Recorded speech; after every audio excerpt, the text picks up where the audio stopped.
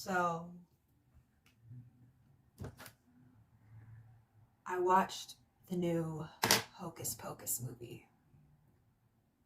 Let's talk about it.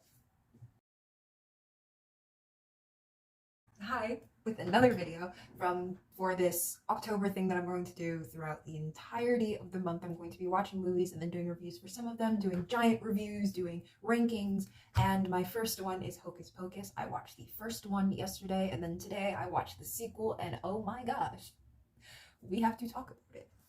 I got my handy dandy list here. Let's just get straight into it.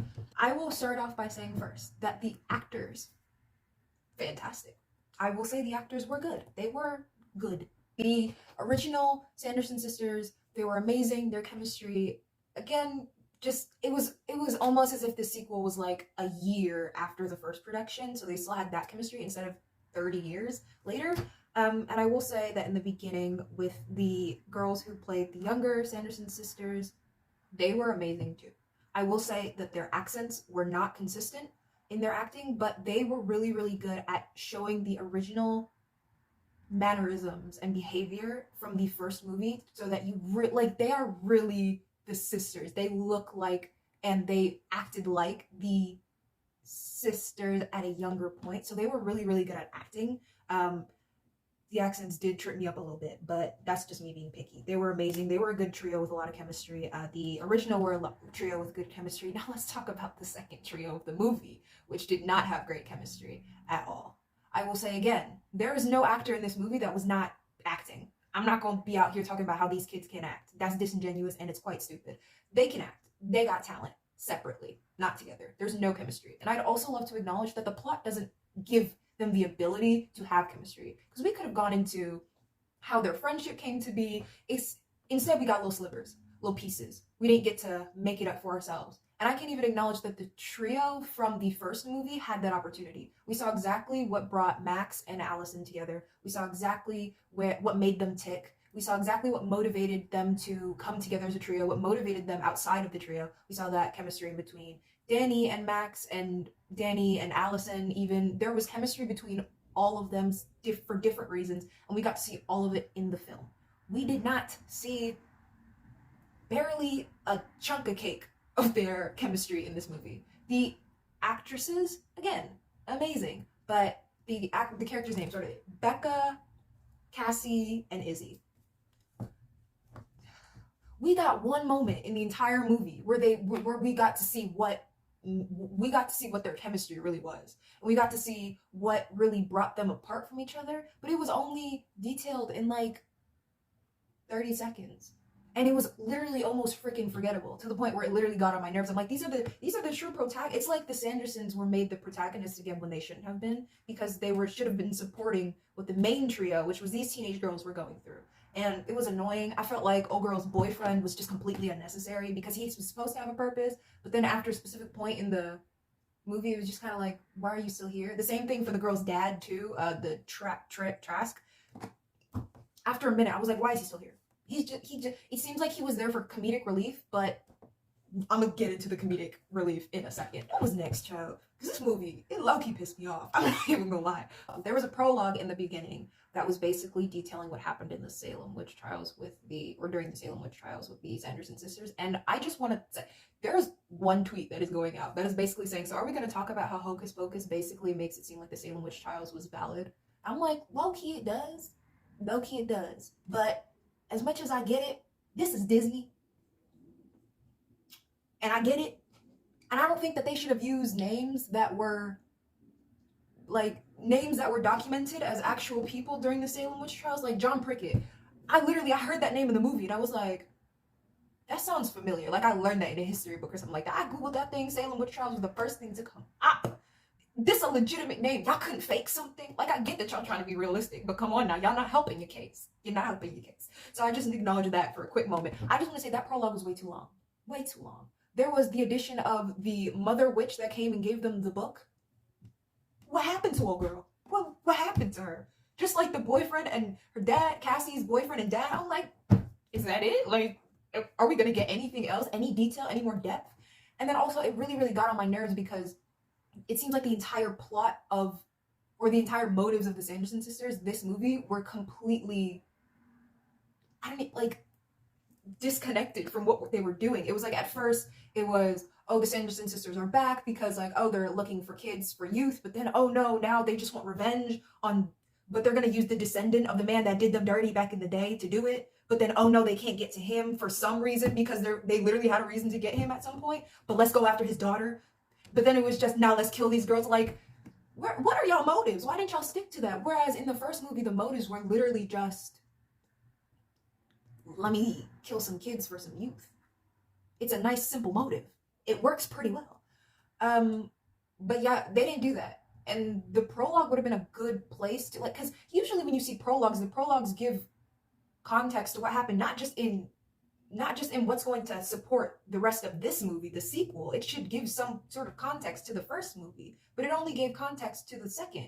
Like, the entire prologue was talking about how, oh, the sisters did what they did to stay together, and then you got to see how they were fully getting into how they're going to be witches by taking revenge on the same town that banished them. Like, I get that, but that was mainly the plot for the golly, that was mainly the plot for the second movie, but gave absolutely no context towards what's been happening and what they've been doing for the past couple of centuries. Like, for the past couple of centuries, y'all have had obsessions with staying young. There was even a moment in the prologue where they were acknowledging, or Winifred was acknowledging, oh my gosh, I'm getting older, but like, this is a whole prologue and y'all aren't giving any depth to why she's acting like that. That's not something that anybody else in her village was actually, like, tripping on. Nobody was tripping on that. And like, I can see, like, getting older because then you have to marry somebody, but that wasn't explained. That's something that I just am inferring, which could maybe just not even be the case. And then still, if you don't have to marry that person anymore because you're a witch, then what's the dealio? Why are you still chasing after these kids for youth? That's never explained at all. And then the entire plot of why they're doing what they're doing just completely went out it just completely left at some point, and that was no longer a motive of theirs in the second movie. I was just like, what is going on? There are various moments in this plot where I was like, oh gosh, what is happening? I want to say the language. Y'all got on my nerves with that. Because I can't stand when you have a prequel, when you have a sequel to something, and now the sequel has a bunch of different, it's visibly changing the way people talk to now reflect a point in time. But that's also working as a continuity error, because you see that these witches are from the 16th century or 17th century. Why do they know what a teenager is? Why do they know what an idol is? I was watching this movie. I was like, okay, honey, let me just go back. I had to Google. I was like, okay, when did this word come to be? They would not know this word. They would not know this word. This isn't even a word that was used in the first movie, so that I could maybe give them the benefit of the doubt to be like, okay, they could have learned that somewhere else, period. But like, I don't know, I was always taught that with continuity should never be something that, it's a picky thing. But the only time where it should be acknowledged as a true fault in your project is if it impacts the way I can look at your project. If it affects the effectiveness of your project. And it did, because it was like dialogue that made no sense for these witches from the Salem witch trials to be knowing. Why do they know this language? Why were they so eager to grasp onto this language? Like, what? In the first movie, they were at least curious, and in the first movie, they were gagging about being on a bus. Like, they were gagging about that stuff. They were gagging about all that stuff. You mean to tell me they fully embraced what a selfie was the minute they saw it? How'd y'all come to that conclusion? The last time y'all were out here was in the 90s. How'd y'all come to that conclusion now? Also, they had a music number. And in the first movie, they had a music number. So I was like, yeah, it's not that bad. They got a music number the minute they came in. Wait, that's too early. Stop. That's too early. And I love musical theater. I love movie musicals. I be standing up for people. Bro, I be standing up for people when people are dragging movie musicals and all the such. No, I'm gonna drag this movie for it. No, y'all only needed one. And the second musical number was perfect because it had a purpose. It's showing that their powers did something. They used their powers to do something, but that musical number was just an introduction. It didn't do anything to the teenage girls. It was literally just a yay thing. Like, bro, y'all could have kept that. Y'all could have kept that for later. I'm sorry, you could have. I'm not budging. I'm not budging. It was not. It was cute. It was cute. I just never want to see it again. I feel like if you're going to create a film that is occasional, meaning it's like a Christmas movie or a Halloween movie, there's a certain piece of it that should remain ageless. Because if you want that to last for all the occasions to come after a certain point, you should want it to be ageless. It's the reason why I can sit here and make a list of Halloween movies that I'm going to watch this year, and I'll watch it and enjoy it every single time. Because it's meant for the occasion, it sets the tone for the season, and because there's a certain part of the nostalgic element and there's a certain part of the ageless element that helps the project, that allows for more people of any generation to see it at any point in time and still think that even if it's not technically amazing, look at it and be like, oh, I'd watch this. It helps a lot with watchability and how long it really like ages. Like if I'd watched this 13 years down the line, the original Hocus Pocus movie is ageless in that sense, because even though it's a 90s nostalgic, the comedy and the language is ageless. They had certain moments where they were like, okay, rad, or cool. I just threw out the randomest words, but they had some lingo that's attached to the time, but it's not significant to the point where me watching it now, I'm like, okay, this is an old movie. Like, it's so old that I can't, it's like, it's so old that the movie's screaming, okay, we're old. Or it's so old that the movie is literally meant for the time period and not meant for younger generations to hook onto it. This movie is not age well because of the comedy and the lack of nostalgia. They had so many opportunities to bring more ties back to the original movie, which I believe every sequel should do in the slightest, especially if the movie that they're trying to do a sequel of is 30 years old. And I do believe that they did try to do that a smidge with Gilbert. Golly, I just watched the movie. Dang, it's Sam Richardson's character. That's my guy, by the way. But they really tried to do it with him and with his memories of what happened in the first movie. And the flashbacks were nice. They were. But I feel like they should have had one more element of the first movie besides his experiences from the flashbacks and the original sisters just being there from the first movie. I feel like they should have had that. They should have had something else.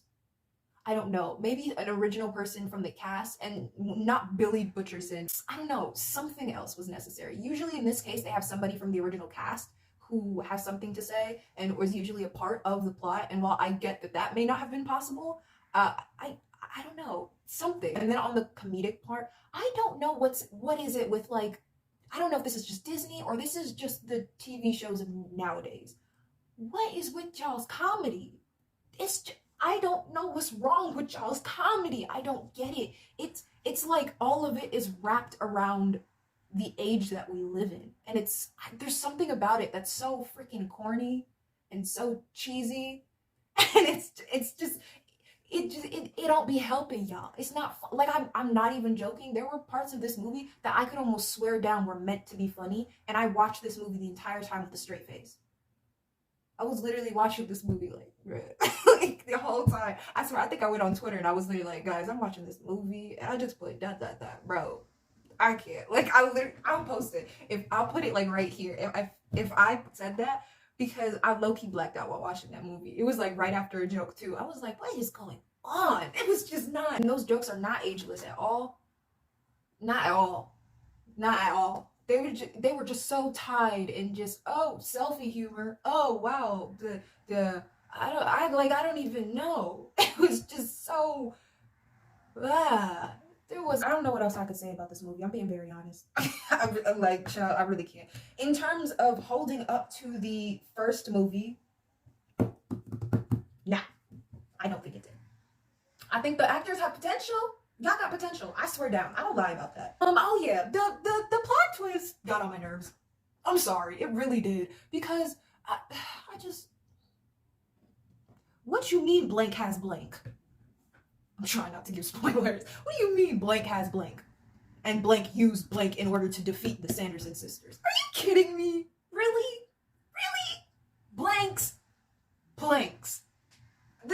That was just like, it was the first movie they used intelligence. Y'all couldn't find that? I couldn't find none of that to defeat these sisters. Then also the ending. Maybe it's because I don't like the entire concept of changing their motives in this movie, so it just seems dumb to me. That also makes me sound so heartless, but like it just sounds stupid. It just felt stupid. Like, y'all didn't like, I think it's more stupid to me because in the first movie it wasn't very obvious that they had chemistry as sisters. It was just shown. And I feel like it was good just being shown because I don't think the movie should have been necessarily about them. But in this movie, in the sequel, it was about them more than it was about the trio, which I don't think should have happened, to be very honest. And so seeing in the prologue, they're giving so much detail into explaining their chemistry as sisters and not why they are the way that they are in the first film that basically makes up why they do what they do every Halloween. Like, they literally made a spell to stay young. And they count on some stupid person every Halloween lighting a blacklight candle for them to go about this motive. And they've been doing that for centuries. So why is this plot focusing on their chemistry as sisters, which has never shown to be relevant in any way, shape, or form? Because it's like, if you want to bring attention to the fact that they're sisters, that's kind of contradictory towards the way they treat each other in the first and even in the sequel. There was even a moment where I thought that it was going to go a certain way. Because it's like, you want to bring this towards how much they love each other and their chemistry like that. But you have in the entirety of the first movie, even in the prologue and in the present time in the sequel, where you have Winifred basically having two lackeys behind her, which are sisters, and she treats them like trash and treats them like they're stupid and calls them fools. And there was one moment in the sequel where they were talking about like Sarah was talking about like, oh no, I'm not a fool. I'm not a fool. I am just as powerful as you. And I thought that was going to go somewhere because you brought us to a place and that is more in line with what we know about the character. It's literally just the concept of like them insulting each other all day. Now you want to try to bring up a plot that they love each other the whole time. And even when there could have been an argument about like, oh, like the way they're treated and why they're treated this way, it was completely scrapped and it only was a minute. Not even a minute, it was 30 seconds. It was completely dismissed. That just entirely gets on my nerves. What in the world? Y'all had a whole thing y'all could have went for. Y'all gonna stress me out. This movie's gonna stress me out. Because it got on my nerves for that. And then again, blank with the blank. Blank with the blank. That was just so weird. It seemed so... And I feel like it was bleh because they didn't show those characters really well. It was almost like they were background characters. Like the trio with Becca, Izzy, and Cassie. It was just, they were not developed at all as characters. Their chemistry was barely developed. We got one argument that led to us getting context as to why they're so distant, why there's so much tension in between their dynamic. And it's just like, that lasted 15 seconds. Like, what? That didn't do anything for us. It was just, I feel like if they went more to depth about the characters and what happened as the plot twist could have been possible with blank getting blank, then it would have made more sense. So basically what I can say about Hocus Pocus 2 is that it's an okay movie. I don't think I'd watch it again, to be very honest. Maybe I'd watch it one more time just to see if my review actually holds up. Can't say the same about the movie, but let me see if my review holds up. And honestly, I don't think it's going to be forgettable because I don't think I think the plot and what happens in the movie is fairly forgettable, but I don't think the sequel as a whole will be very forgettable as a concept because I don't think that's something that's easily forgettable for such a nostalgic, ageless movie like Hocus Pocus. Like the sequel to Hocus Pocus, that's not... I'm going to remember that, but everything about this movie, I could forget it. Everything except for the fact that these actors have potential and that these actors are amazing. I could forget everything else. I'd be fine with that. So, that was an extremely harsh review, sorry. But like, yeah, the movie. It was great. Yeah, my next movies that I'm going to be watching, you're just gonna have to wait and see until the next review. I hope this was enjoyable. I hope this made sense. I hope I didn't give too much away, just in case you want to watch it yourself. And I hope if you watch it yourself that you agree with me, or if you disagree with me, you'll let me know in the comments why. Yeah, so that's all I have to say today.